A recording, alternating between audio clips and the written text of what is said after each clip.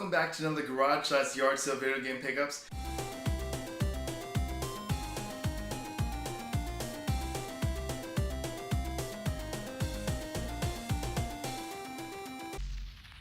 Now I was away in Seattle, so I'm finally back and everything. I had lots of fun at PAX Prime. There was a bunch of pickups I got there as well, but I'm going to show you that next week. Right now I want to show you stuff that I got right before I left, and this is some great finds. So I want to get into it right away. I'm going to, it's probably going to be a long video, I'm warning you guys right now. So let's go into it right away. I'm going to first show you some two consoles that I got. The first console is the beast. So you can see the Xbox. Now, it did come with all the cords, it came with all the connections, it came with the one controller. So I thought this was a great find. Now, I got this at a flea market and the guy wanted $18 for it, and I actually convinced him to go down to $15.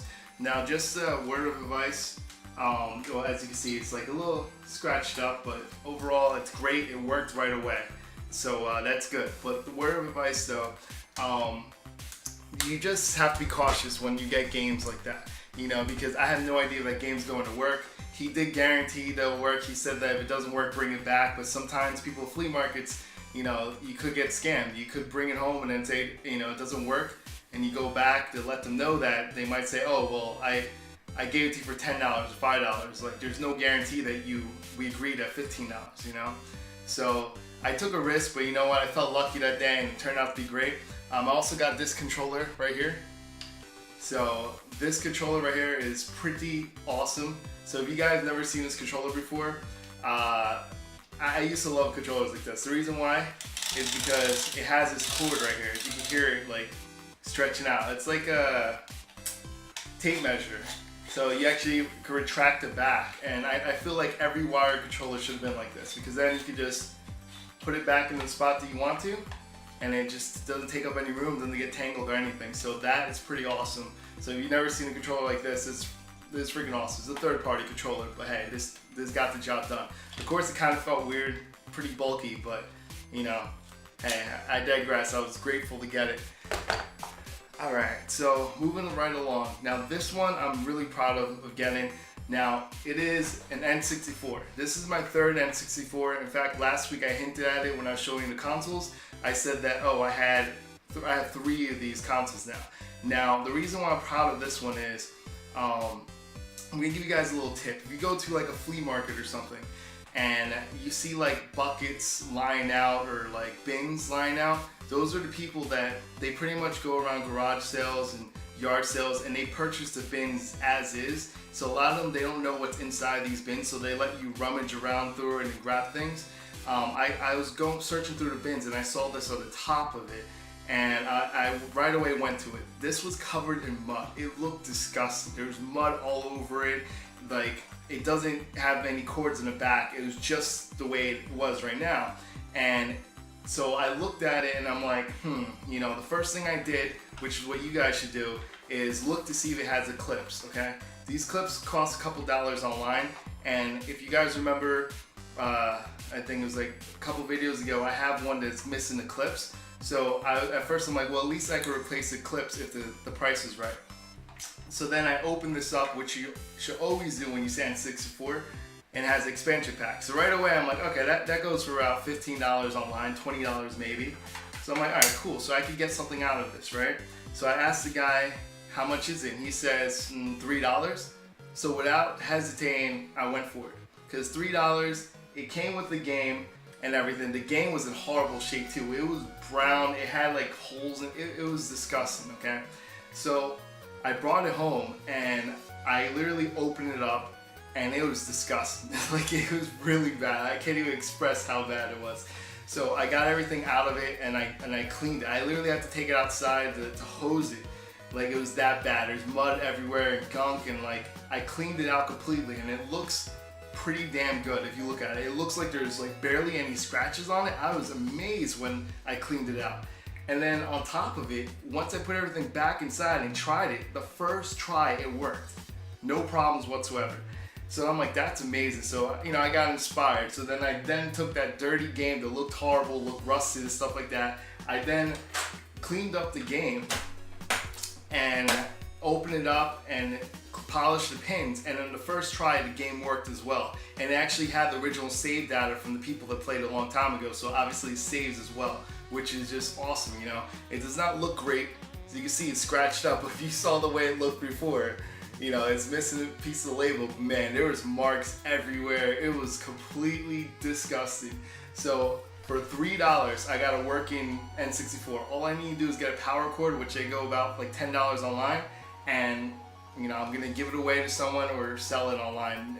For me, that's a great value. $3, you can't beat that. I was really proud of that. So, all right, let's moving along. Now the next pickup is, you know, it's pretty cool as well.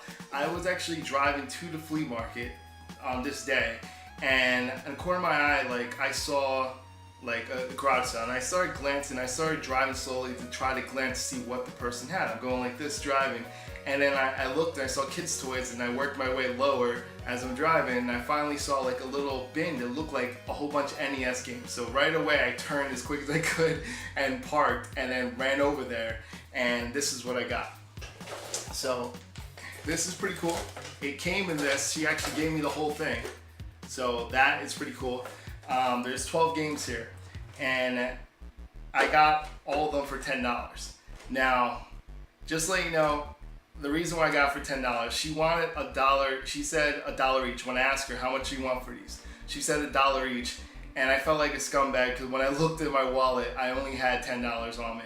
So I said, would $10 do? She said yes, and then, you know, it's really bad because when I show you the games I got, I wish I could have gave her more because it's definitely worth it, but you know, I mean, she was happy to get rid of it anyway, and I felt like a scumbag, to be honest with you. Like, that's one of the times I wouldn't argue to give her the extra $2, but I literally only had a $10 bill on me because on my way to the flea market, I forgot to take out the money like I was supposed to. So, I digress. So this is what I got. We're gonna go, the first game I got is Bump and Jump. Now this is an NES game. It's like a little kart racer game. It's pretty challenging, I'm not gonna lie. As I was playing it to try it out, because I never played this game before, I was trying to dodge my way out of places, and I kept getting bumped and stuff off the track, and when you get off the track, you like die and blow up and stuff. So the whole point of the game is that you have to try to jump over vehicles and stuff like that and just keep going through in the obstacle. It's a pretty cool game. I mean, I think it's pretty good, and for $1 you can't beat it. And as you saw before, like, look how nice and neat that label is. Like, it's nice and shiny. Like, I thought that's amazing. Which, by the way, a lot of these games had like marker written on it, but I was able to get it off of the Magic Eraser for the Mr. Clean Magic Eraser. So, all right. So next game, moving along. First of all, I love this case right here. If you guys remember FuncoLand, if you're from America, you remember FuncoLand. They existed before GameStop took over them. And this was like the good company. Everyone loved FuncoLand and stuff like that. So it was cool to see that they had a little sleeve from FuncoLand. This game is Trippin Dale Rescue Rangers. Now this game isn't too rare or anything like that, but it is, you know, a pretty good game. You know, it's pretty challenging as well. So, you know, throwing like the different fruits, stuff like that, like, I don't know, like there's a lot of different things that kill you very easily. I always found this game to be really hard. I would always die. And it's funny because all these Disney like games from like, you know, Disney cartoons and stuff like that, they always turn out to be kind of challenging. Like DuckTales and this one, like they were pretty challenging. You know, they were fun, but they were challenging. So, Trippin Dale. All right. Next one is Dragon Warrior. Now, as you can see, this one is also in good shape. I was really happy to get this one. I heard good things about this one, but you know, I never got a chance to try it or anything, so I'm gonna be curious what it's like, but you'll definitely see the footage next to me of what it looks like and stuff like that, but hopefully it'll be good. You know, I'm looking forward to try this out. This is one of the things I will be streaming on Twitch, so let me know if you guys like it. If you have anything to say about this game, let me know in the comments down below. Alright, moving along. Next one is Ghostbusters. Now, Ghostbusters for NES is a weird game, I should say. It's like, it has something to do with the movies / cartoons, but it really doesn't in a way. Like, there's parts where you have to drive to different areas, like on the street, and like going from one place to another. it's just weird. Like you could run out of gas and like you have to get out of the car and push it. It's a weird game. And I was not a fan of this game, but it's cool to get it back. Maybe I might change my mind. But if you guys ever play Ghostbusters, let me know what you guys think of it in the comments down below. Alright, Hogans Alley. Now, this is one of those games that requires a gun. I do have the gun and everything. Of course, you can only play it with a tube TV, so any of those LCDs or LED TVs won't work with this. It has to be the older TVs. But, you know, Hogans Alley is pretty decent shooter. I prefer the next one that I have in here that I'll show you in a second. But Hogans Alley is not that bad, so you'll see in the video right next to me. So, alright, now this is the one I prefer when it comes to shooter. Of course, Duck Hunt is the best one for most people, but I actually prefer Shooting Range over here. I thought this was a pretty good one. There's a lot of different things to do. I thought this would have been a lot better at Duck Hunt, but it had some technical difficulties in it. But for the most part, I enjoyed this. So yeah, let me know what you guys think about Shooting Range. If you've never played it before, I'll show you a video of it. I don't know how exactly I'm going to do it. Hopefully it'll record it, but you'll see it in the video next to me. Alright, moving along, trying to go quickly. This one, not really that excited about, but is part of the deal for $1. I can't, you know, can't complain at all. Actually less than $1 because it's 12 here and I only paid $10, so whatever. Jeopardy. So, Jeopardy 25th anniversary. You know, it's one of those games that, you know, you can always play. Of course, right now it'll be super hard to play this game because anything that's like current events or anything like that, obviously it's not going to be current anymore. So I'm kind of curious how that's going to work because it'll be like, oh, recently something like this happened, but to be honest, that happened like 20 years ago. So yeah, let me know what you guys think about this game too. I mean, I would love to try that. I mean, I would do that on Twitch as well, just to make a complete fool out of myself because I don't know anything. Like, it's already challenging enough. It's Jeopardy. Now, on top of it, anything that I might have got right if I was there alive, or I was alive during the time, but if I remember certain things during the time, it'll be easier, but everything will be history in this. You know, that's the thing. Sometimes they have current event stuff and history. Everything's gonna be history in that, so it's kind of funny. Next one is Tiny Toon. Now, Tiny Toon is based off the cartoon. I don't know, it wasn't nice. I don't know, I didn't think they did a great job making this game. It was very lackluster. I remember it not being too much fun at all. You know, I'm gonna give it another shot because it's very vague to me exactly how I played and stuff like that. But from what I remember, I didn't like this game at all. But you know, that's why time goes on. Maybe I might appreciate it a little bit more. We'll see. But let me know in the comments down below if you guys have anything to say about this game. All right, we're actually almost done. I'm doing pretty well. The next one is Monopoly. Now, Monopoly is another one. It's a board game. You know, I'm sure it'll be decent for NES. I have never played it on the NES, but I mean, I don't see how you could screw up a board game. It's really just rolling the dice and moving along, you know, so I don't know. We'll see how it works. This is something I could play, but this will be a long game because, you know, Monopoly always takes forever. So I'm kind of curious how it'll look like on NES, but let me know if you guys play this game as well. Alright, we're doing pretty well right now.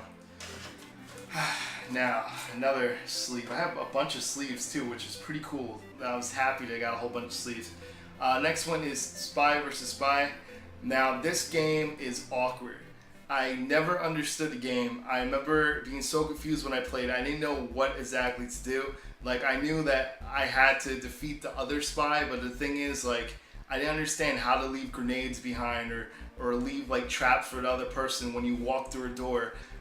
It's very weird game, you know, and I understand what you're trying to do, but to pull it off with the buttons on the NES, like, it just confused me because there's only 2 buttons, but yet there's more than 2 moves that you could do, and it was just weird. So I'm gonna retry. Maybe this time around, like, I'll do better. I have no idea. Hopefully we'll see how well I do, but from what I remember, it was really hard to play this game. I just didn't understand the concept too much. But as you can see, the label's nice condition, everything. So, like, all these were nice condition. So, moving along, 2 more games left. Alright, so we got, as I drop everything, nice. So we got Mickey Mouse Capade. Now this game right here, I've never played either, so I'm looking to see what it's like, you know, because Mickey Mouse games were actually good on the Sega Genesis, so I'm kind of curious to see like how it was on the NES. I've never got a chance to see anything like Mickey Mouse related on the NES, so I'm kind of curious to see what it looks like. Let me know if you guys played this. Is it any good? You know, is it challenging? Let me know. But as far as I know, everything that has to do with Mickey Mouse or anything is always challenged. But I mean, it's made from Capcom, so I guess it can't go too wrong. Cause Capcom pretty much dominated on the NES days. Like they always made like the most. They always made the best licensed games. It seemed like. So I'm sure it'll be decent. So let me know in the comments down below. Now, this game, the last game here, it's pretty much made everything worth it. I mean, all those alone for $10 is great. You know, that's great right there. But this is why I felt bad. You know, I still would have felt bad taking that for $10, but this is why I felt bad, is because of this one game. So the game that I got in here was Mega Man 6. And as you can see, that is in perfect condition, the label. It plays right away. All these games, by the way, after I open them up, I do the same thing. I open it up, I have something called Brasso, and I polish each pin to make sure the gold pins are perfect, there's nothing there, and then after I do it, I buff it out to make sure it's a shiny buff, there's no scratches or anything on the pins. Each one of these games worked first try on the NES. Didn't have to reset it, didn't have to lift it up, didn't have to do anything. That's a great sign when a game works first try, especially if it's an NES game. This game worked first try as well, and this game is in perfect condition with the label and everything. Now, if you guys recall, I already said I had all the Mega Man games, so this game is already gonna be, you know, I'm gonna give it away to someone. But the thing is, I'm taking this one without a doubt. I'm switching it and swapping it because I do have the complete in box Mega Man 6, but the label is a little messed up on the bottom. But this label, I just can't get enough of how perfect that label is. Like, and the fact that I got this for less than $1, which is, in my opinion, that's epic. That's not, I don't know if it's the best find I ever had. This summer, it's a pretty good find though. It's a pretty good find. Like I did find Mega Man 2 earlier this summer in the wild, but the Mega Man 6 is a little more rare, and also the fact is in this condition, just amazing. So that is all. That's all the games that I got. As you can see, quite a few games. It is a long video. I apologize about that. But yeah, that's it. Also, she gave me this, so I thought this was pretty cool. You know, I could fit all the NES games in there, but I have way more NES games than this. But right now, since I'm still storing things away until like I move and stuff like that, you know, I'm gonna need more things. But let me know what you guys thought about this episode, and that's pretty much it. I'm gonna see what I could do in the future with a Twitch TV. I need to still live stream all this stuff. But hopefully you guys enjoyed this episode. Next week I'm going to show you things I got for, you know, when I was on the vacation or work or whatever you want to call. And that's pretty much it. I'll show you guys the stuff I got. They're small things though, but it's pretty cool as well. And that's it. So this is Hector from Not So Nerdy. I'm out. See you YouTube. Don't forget to hit that like button. It really helps me out. Also, if you're new to this channel, subscribe so you can see new videos from me every week. And remember, it's okay to be not too nerdy.